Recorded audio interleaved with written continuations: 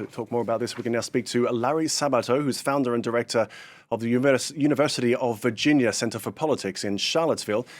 Mr. Sabato, thanks for joining us this evening. Obviously, the results are still coming in, but the initial projections, 44 delegates out of 50. Are you surprised with this initial projection of a victory margin? Not at all. This is one election that everybody and every single poll got correct. It's a Trump landslide. I think the margin will grow as the rural votes come in later tonight.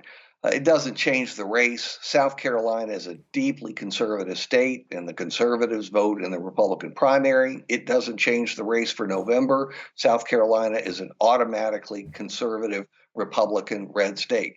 The question, as you noted correctly, is will Haley get out? And she's not going to get out as long as her donors stay with her. And every indication we have is that they want her to stay in the race in case Trump is knocked out by being found guilty of various felonies in the courts or a health problem. That may not happen, but Haley would have some claim. I don't think it would work, but she would have some claim as the runner-up to the nomination. Indeed, you mentioned the coffers for Haley are full, $16.5 million, I believe, just for the month of January. That's a lot of support. Where has the support gone in her home state, South Carolina? She was so popular amongst the influential Tea Party, the conservative grassroots movement, not so long ago. Where's it gone?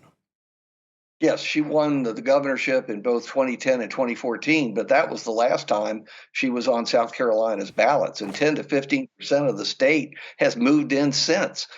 They really don't know much about her. And Trump came along in 2015, 2016. He has revolutionized, in a positive or negative way, depending on your point of view, the Republican Party in all 50 states. This is not the party that nominated Nikki Haley, and it's not the state that she won twice. And Donald Trump declaring after his victory here in South Carolina that the Republican Party has never been more united. That's obviously a subject for discussion.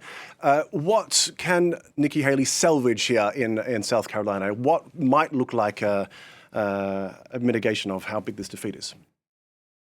Well, it'll be interesting to see what verbal game she plays. It's difficult to explain how you can lose your home state, even with the qualifications I just suggested.